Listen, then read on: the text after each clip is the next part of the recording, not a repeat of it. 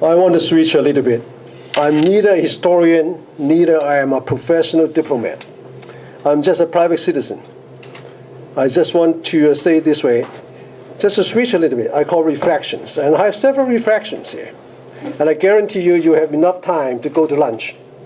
It'll be very short, but very, very personal. First of all, as Provost of St. Thomas University, one of the few Hispanic serving universities in America, I want to take this occasion that I borrow from my friend, my good friend, Director General, to convey my best regards to all Cuban Americans, especially freedom fighters, who are alumni of St. Thomas Villanova in Cuba, Biscayne College in Biscayne, and also St. Thomas University as now. And I understand our chair today actually is an alum of a law school. I want to report to you that your school, if you graduated from there, has been a Tier 1 university and ranked 56th best in the South. I want to congratulate you for your support for the Cuban fighting freedom, and I hope that someday Cuba would be a free country. Second one is, as a benefactor of a boy who was born in China, not near Diaoyutai, and also as an alum of National Taiwan University adopted by Taiwan, I want to express my deepest gratitude to the government and to the people of Taiwan that gave me a chance to be a good student. So today I can live in freedom, prosperity, and democracy. Thank you. That's another reflection. Last thing is an Honorary Consul of the Republic of Slovenia. I want to share with you how delighted 2 years ago when I was told as a consul that Croatia and Slovenia came into a mutual agreement to solve the long time coastal territorial dispute through peaceful negotiations, through the third party of the world, that means the World Court. So, ladies and gentlemen, this is how my reflections come from. So with this, I would like to tell you that, keeping in mind, I venture to share some of my own reflections in very simple terms that may represent not only myself, but a lot of citizens who may be American citizens, but came from originally from Taiwan or China. That the East China Peace Initiative, as hosted and called upon by President Ma Ying-jeou of Republic of China in Taiwan, is something that it would invite many of our thoughts.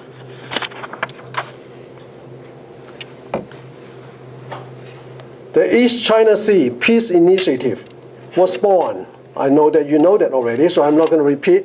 Okay, two wonderful presentations were before me. It was born in the last 60 years. Countries in the Northeast Asia have enjoyed rapid economic development and become a model for other countries around the world. 60 years, 6 decades of peace. All of a sudden, not that long ago, I used the word provoked, of course, provoked by the mayor, the former mayor of Tokyo.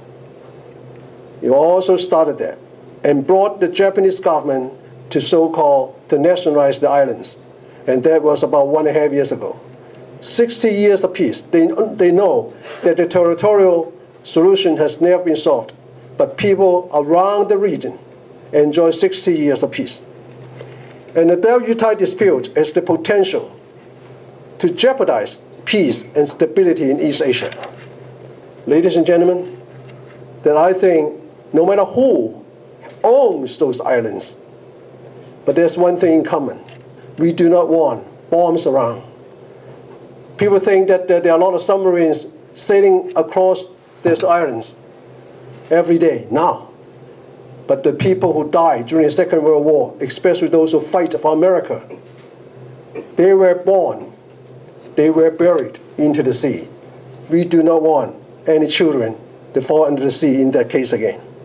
So my reflection personally is, why can't all parties, including USA, don't you forget, when USA returned those things to Japan, did he consult with Republic of China? Of course not. Did he consult with People's Republic? Of course not. At that time, they were not friendly nations yet. 1972. Why can't all parties now continue to sustain peace and economic development in the new millennium? Why let international or internal political agendas dictate the disruption of peace and economic development? I do like to see all the oil tankers can sail through every day. I like to see all the people who want to enjoy tourism, they enjoy there. So in other words, personally, I want a new definition, but with a reaffirmation of sustainable peace. And this disruption can bring to, hate to say the word, let's say not war, but non-peace. Turbulence, I call it. Secondly, the position of the Republic of China have said very many times, look, if you can find a word attack, tell me. Because safeguarding sovereignty, shelving disputes, pursuing peace and reciprocity, and promoting joint exploration and development. Second, the dispute over the Diaoyutai must be settled through a multilateral dialogue mechanism. Third, national territorial sovereignty cannot be divided. That's Ma Ying-jeou, President Mars. But he said, natural resources can, however, be shared. So my reflection is, as an American, the ambiguity is safeguarding the sovereignty among parties in the region involved should not become the source of tension. We realize there is a tension, but it cannot be the source of tension, of territorial disputes over the sharing of resources. Ladies and gentlemen, shouldn't we all parties learn from the success story of the North Sea in Europe? This is the fact. North Sea was one time the troublesome spot of many European countries. What they do, they decide one thing. Instead of the fight against each other, they are sharing their resources to develop those, especially the platform of petroleums. Think about this. Despite and also the dispute of unsolvable territorial tension, I understand if China say that it's not our islands, if Taiwan said that's not our islands, if Japan said that's our islands, their prime minister probably stepped down the day after they said that. I understand it. That's reality. But could we temporarily, but permanently? I remember I came to Seattle many years ago. There was a highway called Highway 90 because it was so much construction over years. So the primary governor put a sign there. This is temporary, permanent. Just like some of our freeways here. Everyday construction. So I think we can do that. Okay? There's only one Earth. But we can share, as Martin Joe said, resources development. Another one. Position, the same position.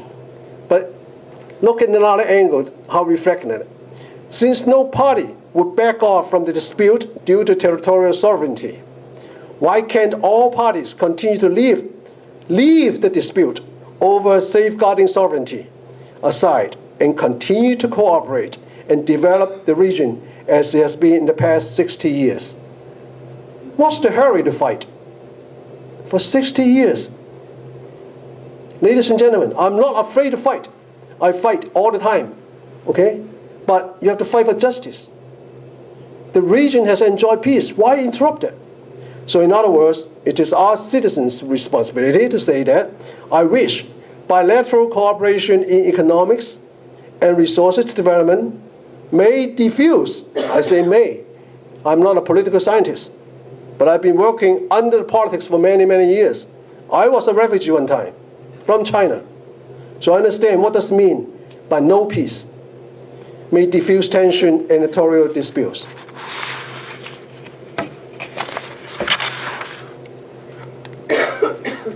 This is, I call it, the formula of peace for dream. I will take any responsibility if I mispronounce. I changed the word to ease becomes easing. I think that as what I read every day, every month, in the last 1.5 years especially, I have to give a lot of thoughts to this one. All the parties are now trying to easing tensions, calling on all parties concerned to show restraint, shelving controversies and settling the dispute in a peaceful manner, hoping they're reaching a consensus on a code of conduct. I think that the Honorable have some of the printing over there. You can read that. Establishing a mechanism for cooperation on exploring and developing resources, ensuring peace in this region. I think that's all our responsibility. Americans, we cannot run away because we created some of the problem in 1972 when we, the government, Americans, those who hold the American passport understand, we gave the Japanese without consulting all the parties together. Are these wishes too high sounding, as I said, to achieve, or they are just tactical idealisms at work? Why all the involved parties, why don't you give us a chance to explore these wishes, reserving to unpeaceful actions of dispute?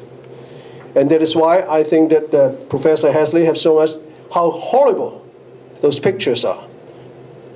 I have not seen those protests, but my friends from China told us, that's irrational. They've gone back to uncivilized country. Okay, when you try to throw the sushi bars into fire, think about this. When you want to crash any of the Japanese-made cars in the streets, that is not patriotism. That's uncivilized behavior. As a Chinese American, I have the responsibility to tell them, don't do that. We can protest. You can explain your opposition to the position. Okay? So all parties need a common sea, I call it.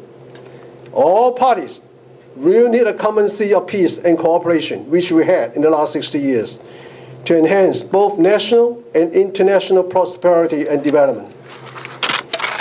Last thing, I know you're hungry now. I call it the formula of peace at work. This is not something we daydream only. I want everyone who love peace, who love America, will start thinking about this. Let's reframing from taking any antagonistic actions. Let's encourage every party. As a matter of fact, when you learn about the three parties, it's more than that. Look at two Koreas and Japan. Look at the Philippines and Malaysia last month. And Vietnam. So let's stop.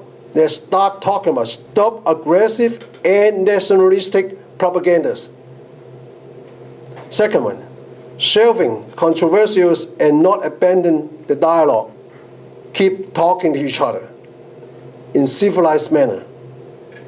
Number three, observing international law and resolving disputes through peaceful means. Law must be acted above emotion. We have to seek consensus on a code of conduct in the East China Sea. And what are those? In my interpretation of what my engineer said, 3 words: respect. We respect our difference. Recognition. We recognize we are human neighbors. Third, to reaffirm that those wonderful natural resources can be shared. Lastly, establishing a mechanism for cooperation on exploring and developing resources in the East China Sea. In other words, can we just learn from the North Sea experience, turn this East China Sea into a joint venture area for everybody who want to make money, to everyone who want to entertain and recreate, to anyone who want to enjoy a natural peace of sea? I think we can. I want all the leaders of those countries, which someday I hope I can have the life to see them, to think out of the box. Lastly, ladies and gentlemen, this is for us. So we all, including the parties, to give a serious thought over this proposed formula of peace at work. A small country leader, Taiwan, Republic of China, the 14th richest one in democracy in the world now, but it's very small. I hope all the big powers, Japan, China, USA will give them a chance that this thinking, these new initiatives is worthwhile to carry out and to help each other. So let's, from today, to turn the table of foul play into a platform of fair games. Thank you very much.